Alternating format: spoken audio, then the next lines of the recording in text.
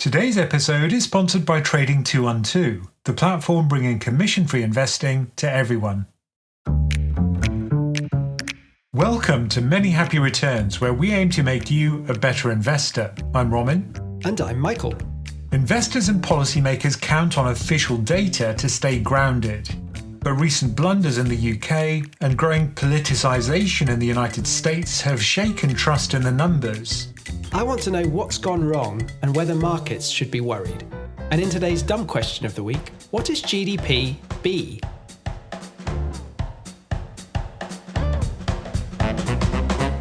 All right, let's get into it. So, Roman, am I right in saying you love a statistician? I do. I think they're great. Everyone should hug a statistician because they're not really appreciated, I don't think, and they do such an important job. People haven't been hugging them recently, though, have they? Certainly not Donald Trump. No, they've kind of got into the same group of people as lawyers and bankers. And central bankers in Donald Trump's mind. That's right. So let's not bury the lead here.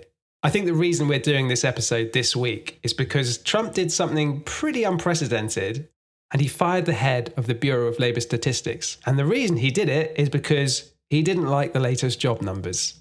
Yeah, so one way of seeing this is imagine you've got a machine and it's showing that one of the dials is red hot. So instead of fixing the problem, you just smash the dial and pretend the problem's not there.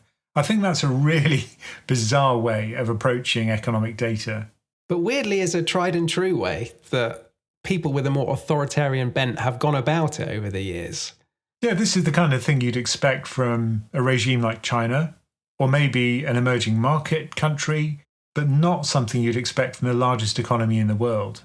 So to back up a bit, was the jobs report that he got really angry about, this is the numbers for July, was it really that bad? So it showed that the unemployment rate rose to 4.2%, and the US economy added 73,000 new jobs for the month. Below expectations, but not catastrophic.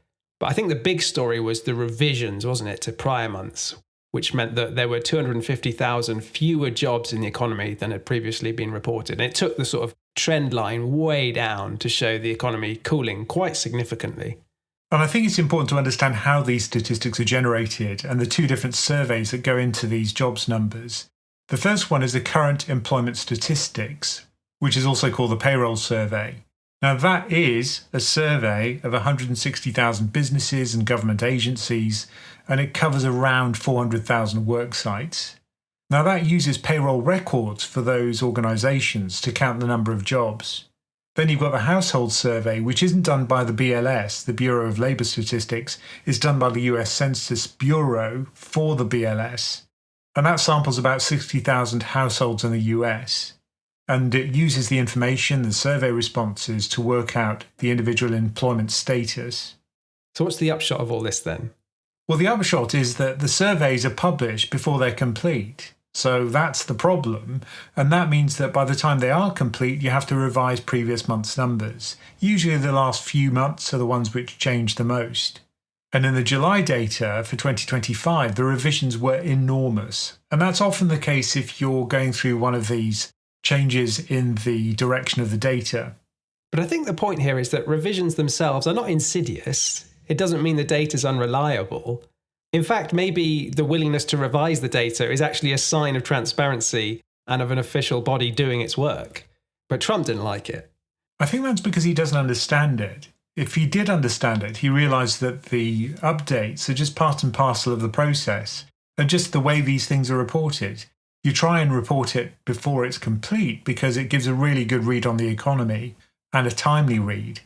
If you waited till the survey results were completely in, it would give a delayed result, which is probably not what people want. So either you get something which is timely or you get something which is published with a lag.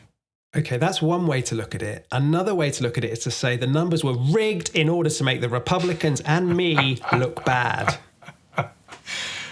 So I referred to smashing the dial on the machine. Well, in this case, the dial that was smashed was the head of the Bureau of Labor Statistics, who's Erica McIntyre. He didn't hang around, did he? It was just a couple of hours after the figures were released, and he fired her by post on social media. Now, this is not someone who's going to bend to political pressure. I think that's extremely unlikely. McIntyre has worked for more than 20 years in various civil servant roles. She's got a PhD in economics. She was also confirmed by the Senate by an 86-8 vote, and the support was bipartisan. And it has to be said, Vance voted for her as well. It didn't seem like a controversial appointment. She's a kind of a career statistician who's risen through the ranks of the official bodies in the US. Yes, she was appointed by Biden, but like you say, they're not there to skew the numbers. And in fact, it's almost impossible for them to do so, because as I understand the way the data is sort of tabulated, it's very decentralized in the US. It's all these regional bodies which put the data together, and then it kind of arrives on the desk of the central administrator, and they don't then start massaging it to political will. Yeah, that's right. They massage it, but not for political reasons. So, for example, they've got some kind of seasonal adjustment. You do expect to see jobs wax and wane according to the time of year, so they adjust for that. And they also have an annual benchmarking exercise, which can also result in significant one-time adjustments. So that's based on the quarterly Census of Employment and Wages, QCEW, and that comes from the unemployment insurance data. So there are these adjustments, all quite reasonable and non-political. But in order to fudge these numbers, you'd have to have collusion on a massive scale, like you say, across the entire country. And frankly, I think there are people on both sides of the political spectrum who actually analyse the data and adjust it.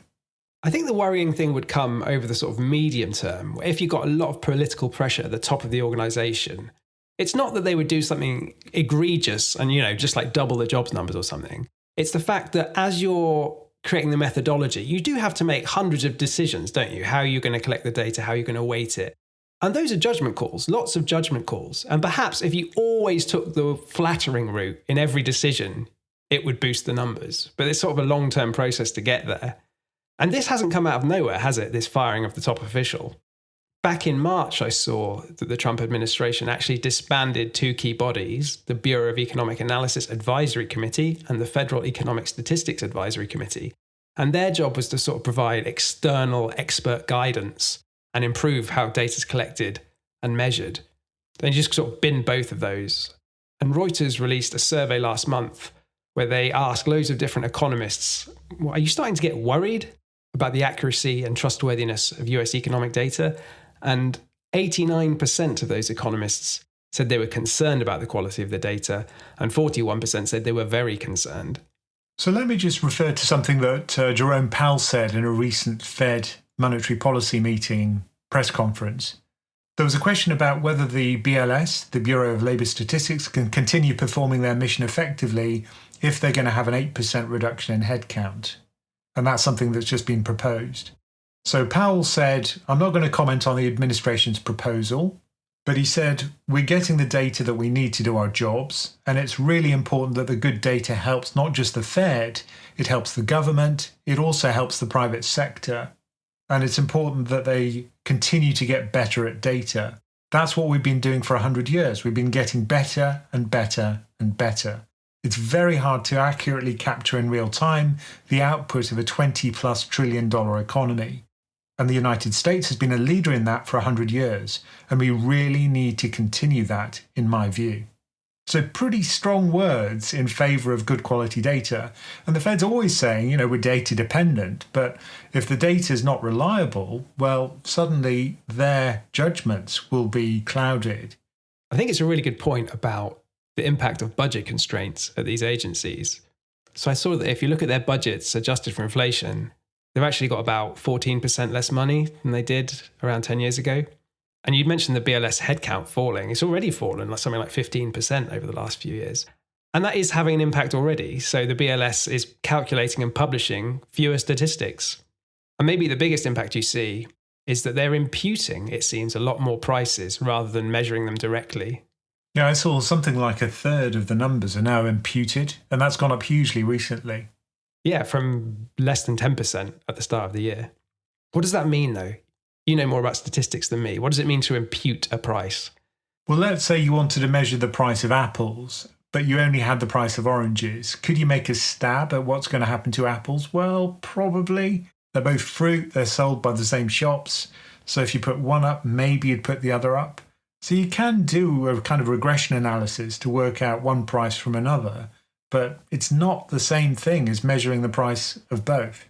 I'm hoping it's not like that, because obviously oranges and apples come from different parts of the world and are driven by different factors. I'm hoping it's more like we're only going to measure one type of apple and assume that's the case for all apples we sell. Do you know what I mean? Like if it's tight, the imputing is less of a problem than if it's like, we'll just measure one kind of fruit. That was just a random example. And I'm also very fruit-based in my thinking because I'm currently on a diet. And you've been tracking the apple prices at Nathan's very closely. Very closely, yes, indeed. Another free shout out for Nathan in Holmer Green. Another issue is about the way these numbers are collected. It's often the case that it's based on surveys, and some poor person at a company or in a household has to answer the survey, which is time-consuming, it's not very rewarding. So it's not surprising that a large part of the problem is also coming from less people filling out the survey. I think that's true, isn't it, of the labour force surveys particularly. You might think you just ask the companies, but there's household surveys as well that feed into this. And it's affecting data in the US. So the BLS has said response rates to most federal surveys have been declining for many years. And in the UK, it looks to be an even bigger problem, actually. If you look at the ONS data, that's the Office for National Statistics, their labour force survey has had all sorts of problems. The response rates to their survey dropped from something like 50% a decade ago to less than 20% now. So people just aren't filling in these surveys. And how are you meant to put the data together? Well, they kind of had to stop putting the data together. This is a hugely important economic indicator, the employment data in the economy. And it got so bad that the ONS just stopped publishing it between October 2023 and early 2024. And they even stripped the survey, the labour force survey, of its official badge. It was no longer counted as a national statistic. What was kind of funny was that Sir Ian Diamond, who was ultimately in charge of the numbers, you know what he blamed? He said wealthy households with their Ring doorbells no longer answer the door to our surveyors. I've got a Ring doorbell, it's great. So they don't know you're employed because you see them there with their clipboard and you're like, no, thank you, not today. Am I employed? I can never really work it out. It's kind of an interesting point, though, that the composition of the labour market has changed enormously. And another problem these agencies have is like the gig economy. How are you counting these people? Are they part-time? Are they full-time? And they haven't really got a great answer. Now, the Resolution Foundation in the UK, which is a UK think tank, they've come up with this shocking statistic, which suggests that there are 1 million workers who are missing from the labour force statistics in the UK. So not a small number. I mean, even the official numbers have been revised significantly. So the ONS themselves acknowledged that there was around 400,000 missing workers, and they revised the numbers after COVID to include them. But this survey got so unreliable that the Bank of England basically said, we're not even going to look at it. And Andrew Bailey, the governor, said it presents a substantial problem for monetary policy. And then he quipped in his Mansion House speech that, I do struggle to explain when my fellow governors ask me why the British are particularly bad at this. Why can't we count people? But look, the Resolution Foundation's got an interesting way of doing it. What they did was take up data from HMRC, that was payroll data, but also self-employment data and population data from the ONS. They munged that together, and that's how they came up with this estimate. So it makes you wonder, why can the Resolution Foundation do it, but the ONS can't? Well, this was the subject of an official review, the Devereux Review, which published its findings earlier in the summer. And they concluded that the ONS has deep-seated management failings. And what was quite interesting, really, was that they almost pinned it on the fact that after COVID, they were getting a lot of praise for their work in COVID and being flexible. And there was this feeling that the ONS had kind of got distracted by innovation and publishing all these sort of radical new measures of the economy and just taking its eye off the ball with the boring stuff, like counting the number of jobs, measuring GDP, measuring inflation. The review said they prioritised flashy projects over the less exciting, but nonetheless crucial task of delivering core economic statistics. Yeah, boring but important. I remember the time of the pandemic, there were some amazing stats they published, real-time data, things like traffic on the roads, which they monitored using cameras. And that was a really interesting sign of activity. You know, there were periods when it fell almost to zero. The pandemic was so interesting because the old methods for statisticians just wouldn't really work, would they? The labour market was changing hugely. People were locked down. How do you measure the economy in that situation? So they had to come up with these, innovative solutions and did a good job. But then after the pandemic, when everything opened up again, it really screwed the numbers because all the seasonal adjustments were wrong because people were doing things at times of the year they wouldn't usually do. And all the trend lines were broken. So it was hard to put the jigsaw back together. Yeah, you can't even plot numbers like employment numbers in the US going through that crisis. And that's because of the huge downswing and upswing. You have to scale it completely differently. So it really screwed up all the graphs. It was very inconsiderate of the virus. But I think it's fair to say that the ONS has had real trouble getting back on its feet. So it's not just the labour survey that's been terrible. There was notoriously a massive GDP revision in 2023, which really flipped the narrative on our economic performance through COVID. Oh yeah, I remember that. It was shocking. Yeah, so the initial data showed that we were just like an outlier. Britain was doing really badly. Our economy was like 1.2% smaller. But then they updated all the data and it swung by almost 2 percentage points. And now we were back in line with everyone else. It kind of brought forward our recovery by more than a year. It's a huge revision. But it's not just about GDP. If you look at the inflation data as well, which is another key input to monetary policy, there was a recent error to do with car tax data. So April 2025 CPI reading, that was 3.5%, was overstated by 0.1 of a percentage point, which doesn't sound like a lot, but still, you're thinking this is a key piece of information. Yeah, and it was just bungled because of bad data input. And I think also a kind of code bug, which had been going on for like 15 years. But what was really interesting on that one, we've mentioned how important revisions are. The ONS opted not to revise the data for April. Because what's interesting about this inflation data is that it's used to calculate coupon payments on inflation-linked gilts. And I think they were worried that if they sort of retrospectively changed the rate of inflation, particularly the retail prices index, that would lead to a whole lot of lawsuits.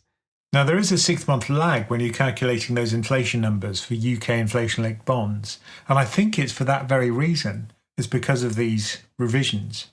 So once you pass that 6-month period, presumably you're not going to get people paying back their coupons and principals because of the adjustment. Yeah, I don't know all the reasons, but apparently they've not revised it. There are other errors too. So there was a notorious one around the calculation of wealth in the UK, where the ONS earlier this year changed its methodology of how it valued private pension wealth, which actually led to a huge reduction of more than £2 trillion in the estimate of household wealth. That's like 14% smaller than it was before. And the IFS, the Institute for Fiscal Studies, they said, well, this was just a huge mistake. I'll quote them. The key error stems from the ONS's choice to move away from the use of market interest rates to convert future pension income into today's terms and towards greater use of a measure of the forecast GDP growth. This is faulty economics. The result is that pensions are valued in a way that is fundamentally flawed and inconsistent with all other assets. That sounds like a very dodgy way to do it, because who on earth knows what GDP is going to be in the future? I think interest rates, which is the standard way you work out future pension value, are going to have more likelihood of success. Yeah, I never really like it when statistics agencies try to outguess the market on where rates are going to be or anything else. The IFS didn't pull any punches, so Isaac Delestra, the senior research economist there, he said, statistics aren't a sexy topic, but they play a crucial role in painting policymakers a picture of the world they're seeking to influence. Unfortunately, the economics underpinning this £2 trillion change is fundamentally unsound. If we want our policymakers to be able to make good decisions, we need to provide them with an accurate view of the basic economic facts on the ground. When it comes to household wealth, the ONS isn't currently doing that. Oh, that's harsh. Well, is it harsh? It seems like loads of the key metrics are being bungled here. GDP, inflation, the labour statistics, wealth. Even the trade data and the producer price inflation data has been in all sorts of trouble. So in March this year, they postponed the release of both of those things because of so-called process issues. Now you'd expect, as things move online, that it would actually be easier to collect prices. And if there was some way of integrating all of that information, maybe we could do a better job of creating real-time stats. And also updating GDP and inflation numbers better. But it just seems as if the plumbing's not there to do it. There's also loads of concerns about privacy and private companies owning their own data, you can't just decide, okay, we're going to plug ourselves into the Tesco database. You can't do that, I don't think. Yeah, maybe there's some way of anonymizing the data and aggregating it, but I guess you're right. I guess privacy is a big concern. So yeah, look, there's a big problem with data collection here.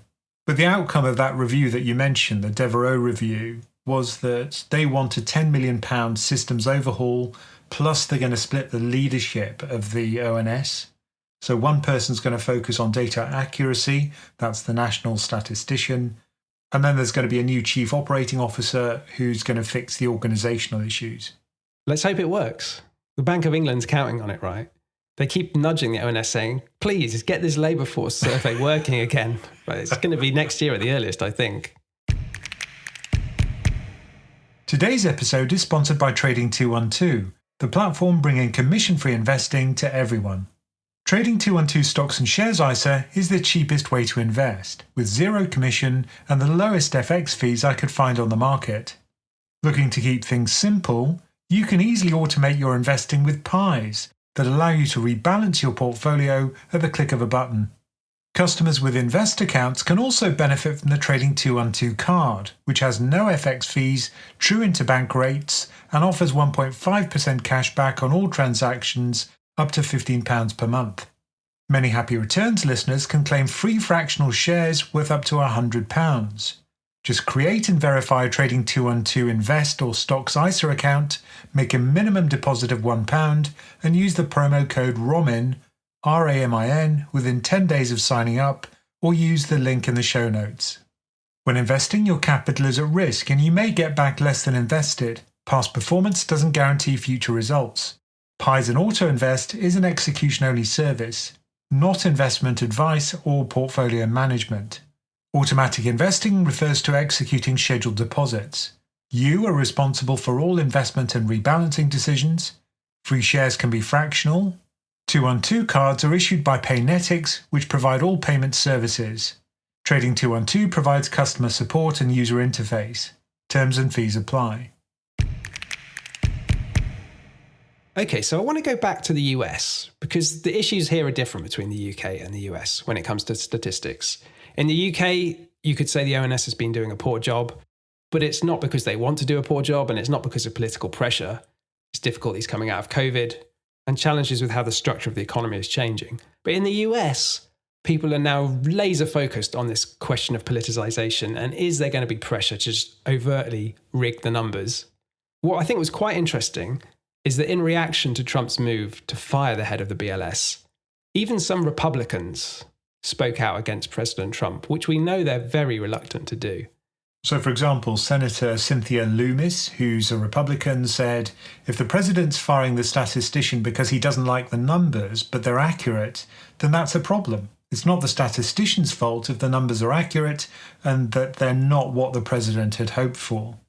And another senator from North Carolina, Tom Tillis, also a Republican, said, if she was just fired because the president didn't like the numbers, they ought to grow up. You don't usually see them speaking out against Trump quite like that, do you? Yeah, it's very brave of them to do that. But I think a key point here is that if it was politically influenced, revisions in the past have also been against the interests of the Democrats. So it's extremely unlikely that we've got any kind of manipulation here at all. But do you think we might start getting manipulation in Trump's favour? Is he just going to keep firing people until he gets the numbers he wants? Well, this is what I'm thinking. What's going to be next? Is it going to be the GDP numbers? Will it be the trade numbers? Will it be the amount of revenue generated by tariffs? All of those numbers will be under pressure from the guy who runs the country. And he's very powerful, of course he is. And if you're a public servant and you're on a pretty low wage, you've got very little power, very little social media following, what are you going to do? Are you going to stand up to the president? So I think we're already in the situation where numbers will be affected by considerations of what the president's going to say. And like you said earlier, I'm not convinced that Trump really has a grasp of economic data and the figures. Just the other day I saw, he's on this mission to get drug prices down. And he said, I want to get the drug prices down by 1,000%. 1,200%. You know what I mean? We'll have drug prices coming down by 500, 600, 800, even 1,200%. Now, Roman, I'm no expert in statistics, but how can the price fall by more than 100%? This could be a whole new branch of mathematics. But it makes you wonder whether this kind of pressure hasn't been exerted before in the past. Well, I think there's always a temptation, isn't there, on politicians to think our changes are going to pay off. What we're doing is the right thing. You just can't see it in the numbers yet. And those numbers are annoying because they're going to turn public sentiment against me before my reforms make everyone rich. And when you're in the trenches, I assume that you do think everyone's against you. And I saw Trump's move described as unprecedented a lot. I think I might have even used the word earlier in the podcast. But it's not quite unprecedented. You go back to the 1930s, President Hoover actually retired, in inverted commas, the Commissioner of Labour Statistics. This was in 1932. And the reason for that, supposedly, was because he challenged the administration's claims about employment. And if you go to the 1970s, well, Richard Nixon was up to all sorts of stuff. He didn't cover himself in glory when he was looking at the Bureau of Labour Statistics.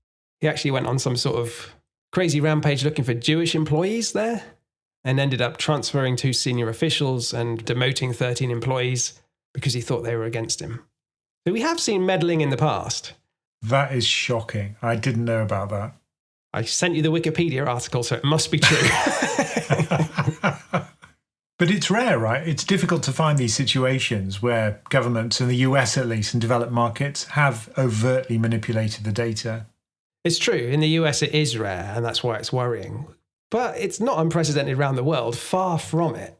Maybe the most notorious example of politicians leaning on the statistical bodies comes from Argentina, at least in recent history. So there was a period of 9 years, from 2007 to 2015, where the Argentine government directly manipulated economic statistics. And this was around inflation. So there's a really severe financial crisis in Argentina in the early 2000s, and inflation reached more than 40%. But the economy did slowly recover and inflation subsided. But then it started to climb again, got back above 20%. Now, the government started doing things which are not usually advised by economists, like price controls and subsidies and things like that. But ultimately, their solution seemed to be, well, let's just fire the chief statistician. So they sacked him and then decided to put out their own inflation data. So they took direct control of the CPI and basically lowered it by 10 percentage points. But look, it's really hard to fool people about something which is as concrete as the prices they're paying for goods. It doesn't take a genius to be able to say, look, this is not going up by 10% a year.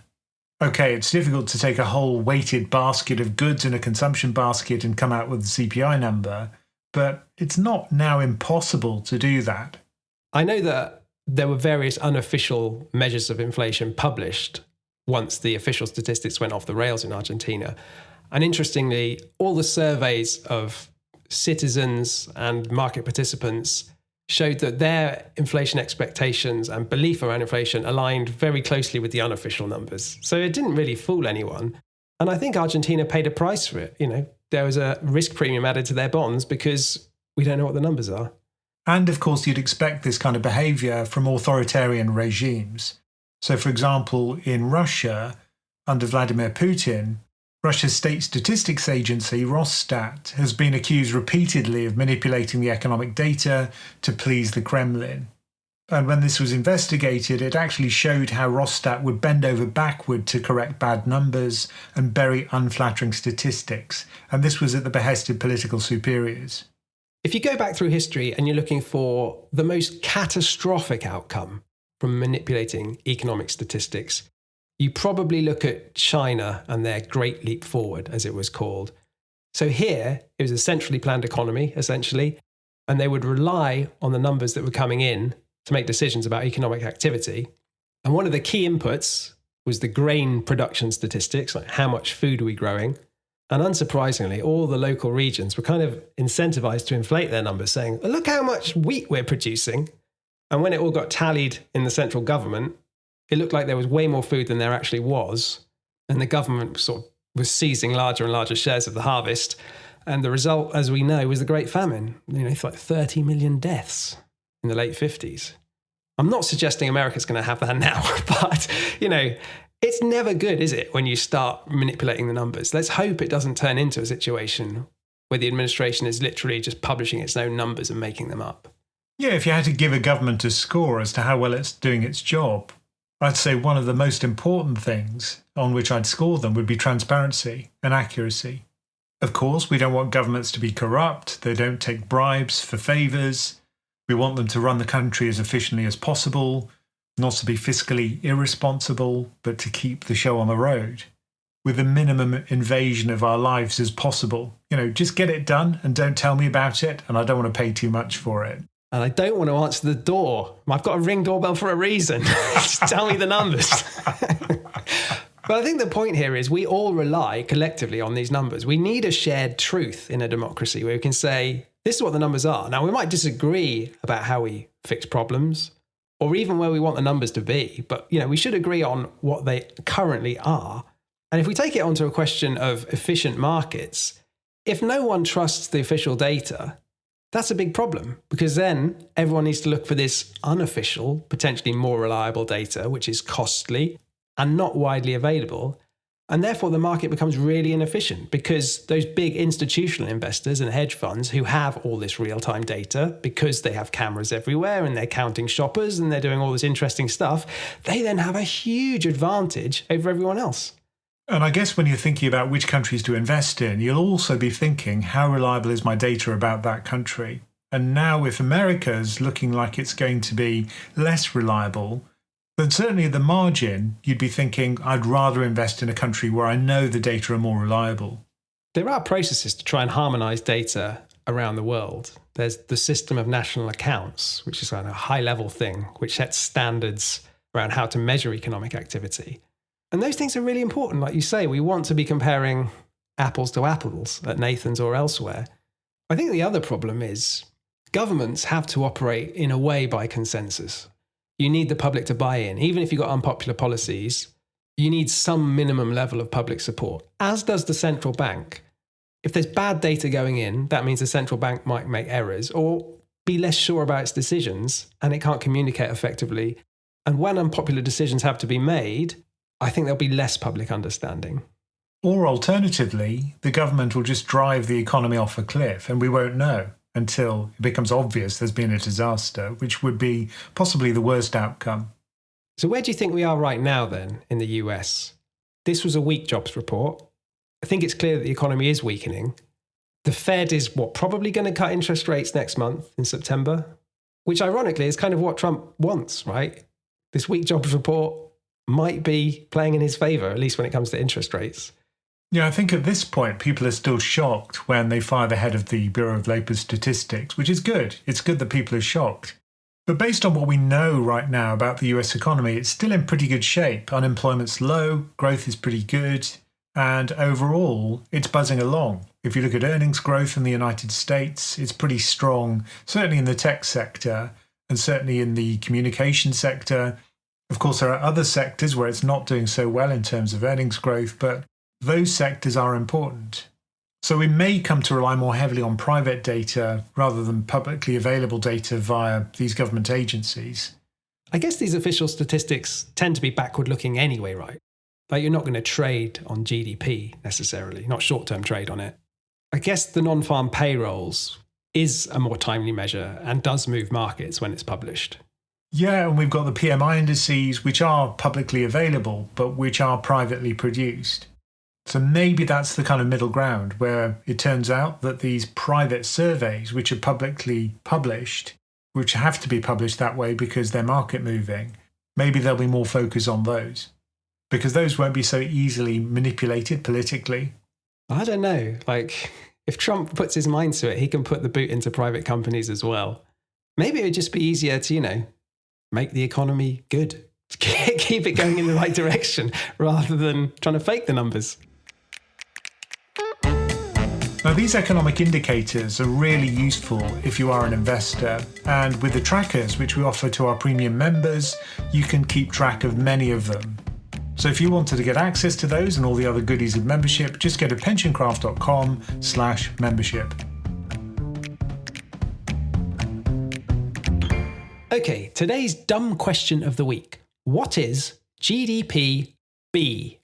Now, everybody's used to gross domestic product. It actually looks at the amount of goods and services which are produced by a country in total. There are various ways of measuring it.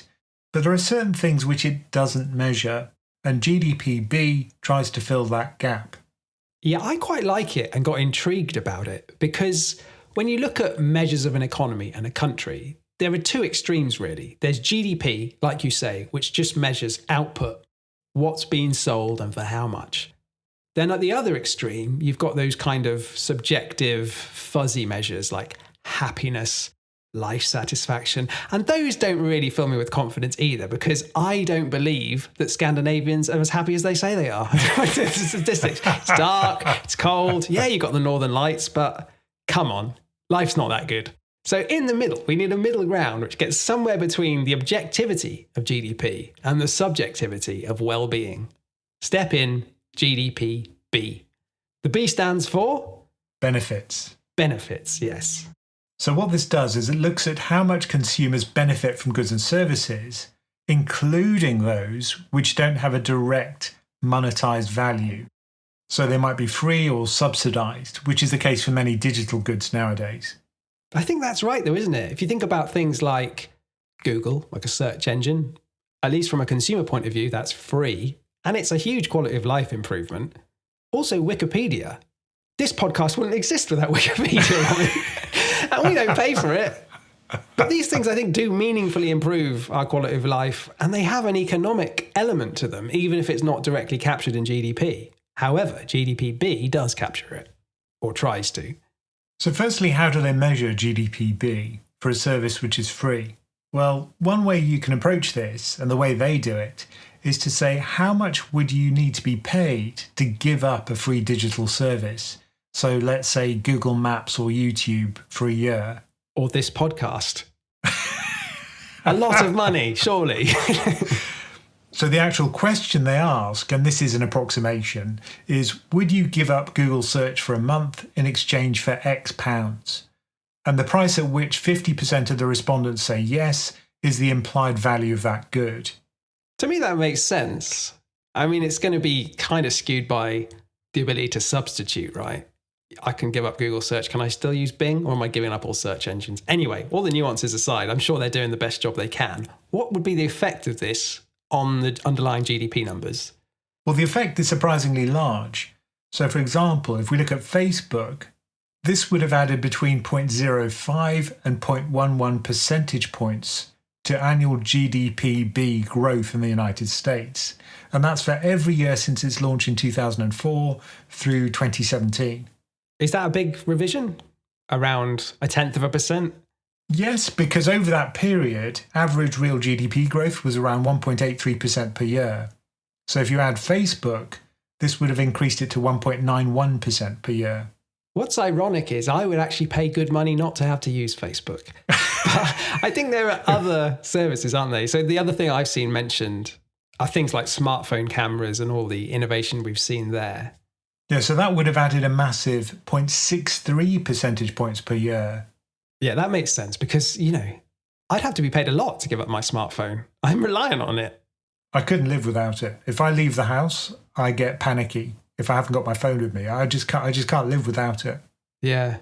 I guess what we should say is that these aren't just random people coming up with these things. This is being driven by Stanford's Digital Economy Lab and the National Bureau of Economic Research, NBER. But I find it's an interesting idea. So there's an organization which is starting to do it. At the moment, they're measuring 1,000 goods this year with the aim of upping that to 6,000 goods next year and publishing these GDP-B statistics on an annual basis. And then hopefully by 2027, we're moving to a quarterly basis for GDP-B. So it'd be interesting to see what happens and whether other countries take it up. Yeah, I was trying to think of other things which are free, but which I'd not really be willing to give up. Well, there's loads of things, isn't there? But it's where do you draw the line? Like, I don't want people to include the sunset. I don't want to add that into GDP. Well, I love a sunset. I wouldn't give that up. But I do want to include technological innovation where it's free to the consumer. Well, how about public parks? You take your kids to the parks in London, don't you? And it's great to have them run around and have fun, but you can't really put a price on it. Yeah, all that stuff. It's hard to know where to draw the line, but at least someone's trying. Well, I agree this is a really interesting measure, but would I use this for an investment purpose? Probably not. It's more of a kind of wishy-washy, feel-good kind of measure.